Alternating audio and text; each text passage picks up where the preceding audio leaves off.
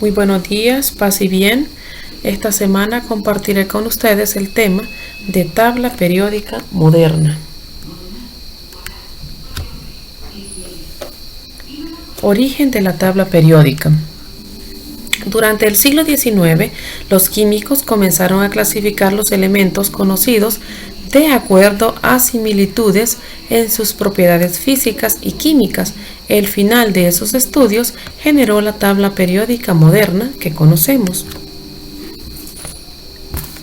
Entre 1917 y 1929, el químico alemán Johann Dovenier clasificó a algunos elementos en grupos de 3, denominados triadas, ya que tenían propiedades químicas similares. Octavas de Newland. La intención de Newland de relacionar estas propiedades con las que existen en la escala de las notas musicales, por lo que dio su descubrimiento el nombre de la ley de las octavas.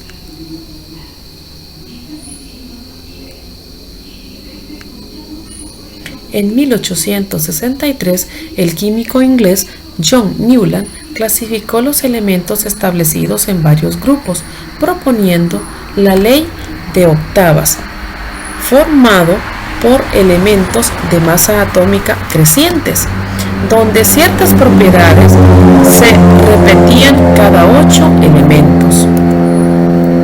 En 1869, el químico ruso Dmitri Mendeleev publicó su primera tabla periódica de los elementos químicos, organizada en orden creciente de masa atómica. En 1913, un químico inglés llamado Henry Moseley, mediante estudio de rayos X, determinó la carga nuclear o número atómico de los elementos, reagrupándolos en orden creciente de número atómico, tal como la conocemos en la actualidad. Primeras formas de organización de la tabla periódica. El químico ruso Dmitri Ivanovsky Mendeleev en 1869 publicó su primera tabla periódica, que contenía 63 elementos. Junto con Lothar Meyer llevaron a cabo la clasificación de acuerdo a los criterios siguientes. Colocaron los elementos por orden creciente de su masa atómica, situaron en el mismo grupo elementos que tenían propiedades comunes como su valencia, y una característica de la tabla de Mendeleev es que deja casillas libres para los elementos que posteriormente serían descubiertos. Tabla periódica moderna. La tabla periódica moderna está relacionada con la configuración electrónica de los átomos. En ella se encuentran todos los elementos químicos conocidos, tanto los 92 que se encontraron en la naturaleza como los que se obtuvieron en el laboratorio por medio de reacciones nucleares. Posición y característica de los grupos y periodos de la tabla periódica. Los químicos notaron desde hace mucho tiempo que existían propiedades semejantes entre diferentes elementos químicos, y algunos, como Newland y Meyer, intentaron crear un sistema que refleja esas propiedades. Finalmente, Mendeleev fue el creador de la tabla periódica de los elementos, en la que estos se ubican en grupos y periodos. Los grupos están de izquierda a derecha y los grupos están de arriba hacia abajo y los periodos de izquierda a derecha. Ubicación de los elementos en la tabla periódica. Observemos nuestra imagen. En ella tenemos los elementos metales que están formados por los grupos 1 y 2A. Son elementos alcalinos y alcalíneos térreos muy reactivos y tienden a formar cationes. Son conductores de calor y electricidad y son muy duros y resistentes. Elementos metales de transición son sólidos a temperatura ambiente y poseen características metálicas o no metálicas según las circunstancias. Elementos no metales están formados por los elementos de la columna 3 a la columna 7A, que se encuentran arriba de la escalera y son malos conductores de calor, son frágiles y no reflejan la luz y tienden a formar aniones. Los gases nobles son elementos inertes poco radioactivos que por lo general no se combinan con otros elementos por estar lleno el último nivel de energía. Se encuentran ubicados al final de cada periodo. En el grupo 8A son gases nobles el helio, neón, argón, criptón, xenón y radón. Y por último los lantánidos y actánidos. Se les considera elementos de transición interna, por lo que se representan en la parte inferior de la tabla periódica. Propiedades periódicas son características propias de dichos elementos que varían de acuerdo a su posición en la tabla periódica, o sea, dependiendo de su número atómico. Las propiedades periódicas principales son radioatómico, que identifica la distancia que existe entre el núcleo y el orbital más externo de un átomo. Radio iónico, al igual que el radio atómico, mide la distancia entre el centro del núcleo del átomo y el electrón estable más alejado del mismo, pero haciendo referencia no al átomo sino al ión. Potencial de ionización, o también llamado energía de ionización, es la energía necesaria para separar un electrón en su estado fundamental de un átomo de un elemento en estado gaseoso. Otras propiedades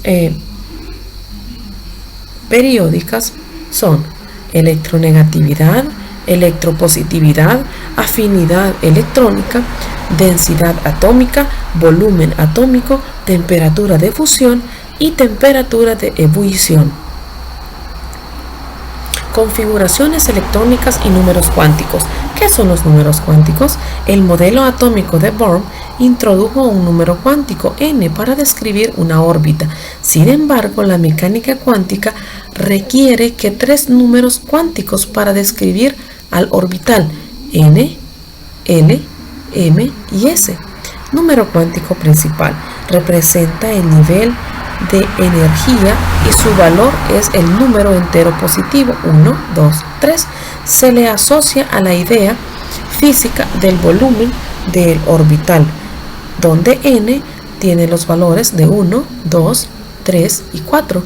Número cuántico secundario, o también llamado azimutal, identifica el subnivel de energía del electrón y se le asocia a la forma del orbital. Sus valores dependen del número cuántico principal n, es decir, sus valores son todos los enteros entre 0 y n-1, incluyendo 0. Número cuántico magnético. Describe las orientaciones espaciales de los orbitales y sus valores son todos los enteros entre -1 y +1, incluyendo 0. Número cuántico de spin. Informa el sentido de giro del electrón de un orbital. Indica si el orbital donde ingresó el último electrón está completo o incompleto. Su valor es de +1/2 o -1/2. Configuraciones electrónicas con llenado de spin. Corresponden a la ubicación de los electrones en los orbitales de los diferentes niveles de energía. Observemos nuestra figura. Este es el diagrama de Moller. También, si nosotros podemos adquirir una tabla periódica, la mayoría de las tablas periódicas la tienen en la parte superior, frontal, y se le conoce también como regla del serrucho. Esta regla mnemotécnica nos facilita la realización de las configuraciones electrónicas. Tiene el número que indica el nivel, la letra es el subnivel y el número pequeño es el número de electrones.